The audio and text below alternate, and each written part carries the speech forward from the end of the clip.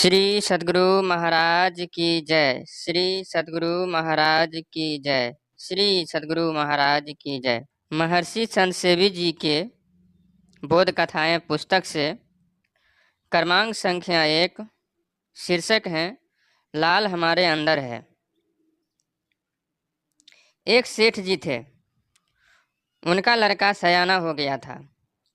कोई रोजगार नहीं करता था, बैठा रहता था। सेठ ने उससे कहा, तुम घर पर रहो, मैं बाहर रोजगार करने जाता हूँ। वे बाहर गए, व्यापार किया। पैसे अधिक हो गए तो उसे लाल में बदलकर एक मनी बैग में रखकर घर की ओर चल दिए। लेकिन जेब में मनी बैग रखते समय उन्हें किसी ठग ने यानी पॉकेटमार ने देख लिया। जिस ट्रेन से सेठ जी जा रहे थे उसी में वह भी सवार हो गया, वह पॉकेटमार भी सवार हो गया। जिस डिब्बे में सेठ जी बैठे थे उसी में उनके निकट वह ठग भी जा बैठा।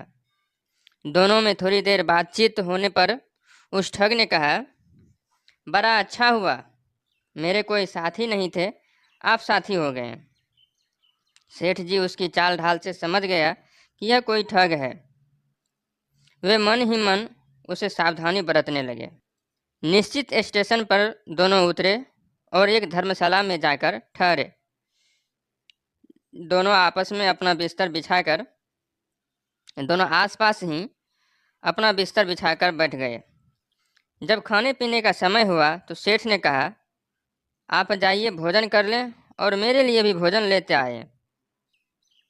जब वह ठग भोजन करने चला तो सेठ जी ने अपना मनी बैग उसके बेडिंग के नीचे छुपाकर घुसा कर रख दिया। उसके बेड के ही नीचे छुपा कर रख दिया। जब वह भोजन करके आया तो सेठ ने भी भोजन किया और निश्चिंत होकर सो गए। लेकिन ठग को नींद कहाँ, उसकी आंखों में तो वह मनी बैग घूम रहा था। जब उसने देखा कि सेठ जी गहरी नींद में चले गए तो उसने उनके पॉकेट, कमर, बिछावन आदि को टटोलना शुरू कर दिया। सारी रात वह मनी बैग खोजता रहा लेकिन उसे मिला नहीं। जब प्रत्यूष हुआ तो वह मनहूस होकर सो गया। सवेरे जब सेठ जी जगे तो उन्होंने उसको भी जगाया और कहा, मेरे भाई जागो, सवेरा हो गया है। वह जागा और चाय पीने चला गया। इधर सेठ जी ने उसके बेडिंग के नीचे से अपना मनी बैग निकाल कर अपने पास रख लिया। जब सेठ जी घर की ओर चले तो वह भी कुछ दूर तक उनके साथ साथ गया।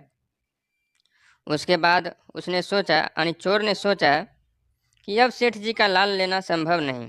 लाचार होकर उसने सेठ जी से कहा, सुनिए सेठ जी, मैं एक ठग हूँ। मैंने समूची रात आपके बिस्तर, पॉकेट, कमर आदि को टटोला लेकिन मनीबैग का पता नहीं लगा जिसमें आपने लाल रखा था।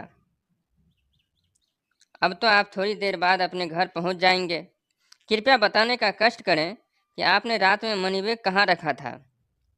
सेठ ने कहा, देखो भाई, जब तुम खाना लाने के लिए बाजार गए थे उसी समय मैंने मनीबैग को तुम्हारे ही बेडिंग के नीचे छुपा कर रख दिया था। और जब तुम सवेरे चाय पीने के लिए गए तो वहाँ से उसे निकाल कर अपने पास रख लिया। यदि तुम अपने बिछावन में खोजते तो तुमको मनी बैग अवश्य मिल गया होता। लेकिन तुम तो रात भर मेरी कमर और पॉकेट टटोलते रहे, फिर लाल भरा बैग, मनी बैग तुमको कैसे मिलता। ठीक इसी तरह परमात्मा रूपी लाल हमारे अंदर है लेकिन हम खोजते हैं बाहर बाहर। ऐसी अवस्था में परमात्मा मिलेंगे कैसे? और जब तक परमात्मा मिलेंगे नहीं, शांति मिलेगी नहीं।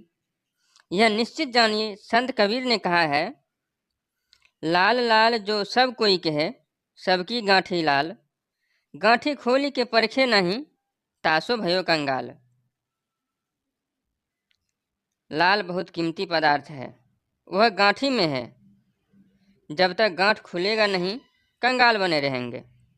गांठी कहिए, ग्रंथि कहिए, एक ही बात है। वह गांठी है क्या? गोस्वामी जी ने इसका स्पष्टीकरण इस भांति किया है।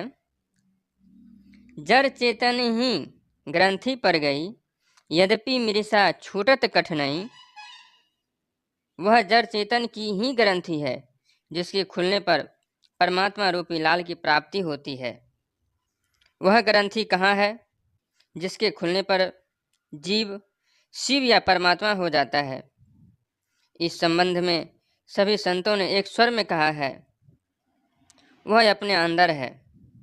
अंदर में जहाँ गांठ खोलेगी वही परमात्मा से साठ गांठ होगी। श्री सद्गुरु महाराज की जय।